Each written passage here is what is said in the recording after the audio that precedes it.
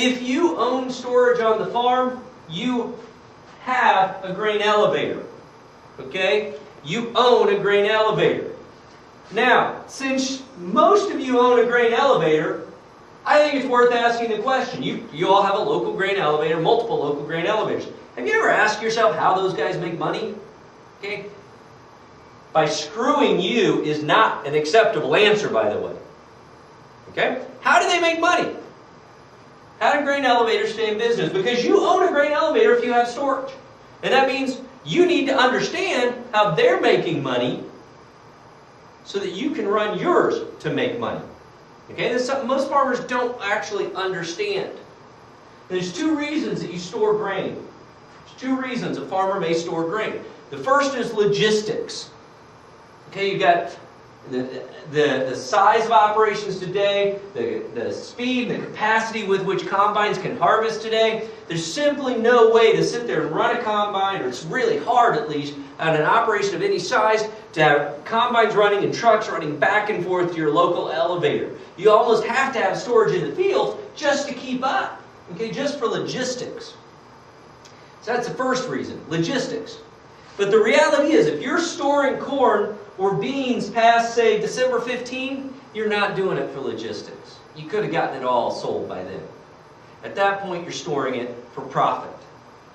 Okay, but by the way, let me be clear. Profit's not a dirty word. I think this is something America needs to get back to saying. Profit's not a dirty word. Profit's a good word, okay? But you're storing it for profit. And so you need to understand, how do you maximize your profit if you're storing that grain? Okay? Okay? So, what I want each of you guys to ask yourselves is, when you have grain in the bin, are you storing or speculating? Are you storing or speculating? All right? Most farmers, the traditional behavior, you harvest, you drop it in the bin, you wait for better prices, and then you sell it. Okay? That is not storing. That's speculating. Okay? That is speculating. That's not grain storage. If an elevator, you know what we call elevators, by the way, who buy grain, elevate it, and just sit on it and hope prices go up? We call them bankrupt. Because that's what will happen to them. Okay? So there's two pieces. When you're storing grain, there's two pieces that you can profit from. There's your futures price going up and down. Okay, futures price going up and down. And then there's your local basis, how your local basis improves. Grain elevators don't care about futures prices. They hedge that away. They don't care if corn's up 25, down 25 in a given day. They don't care. All they care about is their local basis. All they care about is their local basis. Now, this is what you guys need to learn as well. Now, if you want, come up afterwards. I've got a book I can recommend to you. I've only found one decent book out there that covers basis and how you profit from basis. I'll gladly give you that recommendation later. I did not write it. I make no money off of it. It's the best thing out there. I am actually writing my own book. So in a couple more years, I'll recommend you that. I will profit from it, which is, profit's not a dirty word. It's okay. But what's the source? What guys don't understand, what's the source of the profit from storage? Okay? Where do you make your money from storage? If you just stick your grain in the bin and sit and wait till later and sell it, where's your profit? Something really interesting. A couple years ago, I put these charts together. Okay? You look at this chart. Look at this graph. And what you see, okay, that red line right there, the red solid line, is if you just stick at harvest your corn in the bin, okay, if you stick your corn in the bin and then hold it until January. That leftmost point right there is January. It's about 20 cents, you see, that red solid line. At January, you'd earn about 20 cents after all of your storage costs. You're going to make about 20 cents a bushel. Now, this is basically from 81 to 08 in central Ohio. Ohio State has kept data going back to 1981 on local cash prices, so that's what we're looking at here. Okay, so 20 cents. Now, we go out to, say, June, and now that goes up to about 35 cents. Okay, that's what that solid red line is. Now, those dotted red lines are what is your best year and what your worst year look like.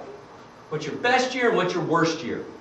So your best year, holding it to January, you make about $1.10 per bushel, that red dotted line. Your worst year, you lose about 30 cents per bushel, but you're going to average about 25 cents a bushel. Okay, we go out here to June. Your best year, you make $3 a bushel. Your worst year, you lose 60 cents a bushel, but you average about 30 cents a bushel. Right? Now, compare that, see the black line. Let's compare it to the black line here. The black line is your profit if, when you put that corn into your bin at harvest, you simultaneously hedge it. You sell one futures contract against it, or the same number of futures contracts as you have bushels. So look at this.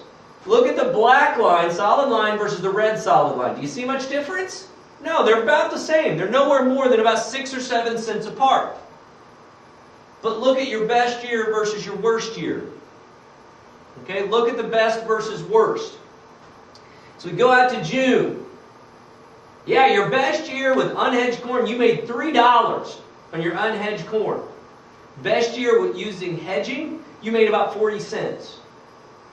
Your worst year out till June, you lost about 60 cents. If you're unhedged, your worst year out till June, if you're hedged, you broke even. So the key thing, solid lines are about the same. So you make the same money either way. This is after commission, opportunity cost, storage costs, all that stuff. You're going to make the same money, the same amount of average profit over 30 years, whether you hedge or not. That's your basis. That's the profit from basis. But look at the difference in risk. All of your risk comes from leaving it unhedged. All of your risk comes from leaving it unhedged. Okay? You go from those red dotted lines down to that black dotted line.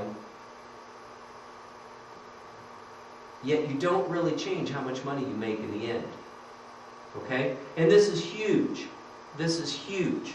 It's huge because we're in an era in which the markets have given you so much more risk. Whether you like it or not, you can't get away from the input risk. You can't get away from the risk of higher output prices or higher output price volatility. You can't get away from that risk. So why do you want to take on the risk of unhedged grain storage? You shouldn't.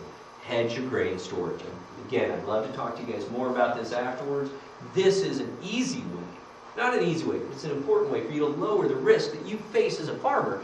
And that increases the chance that you're still a farmer next year. At the end of the day, that's what we're looking for. That's what we're looking for.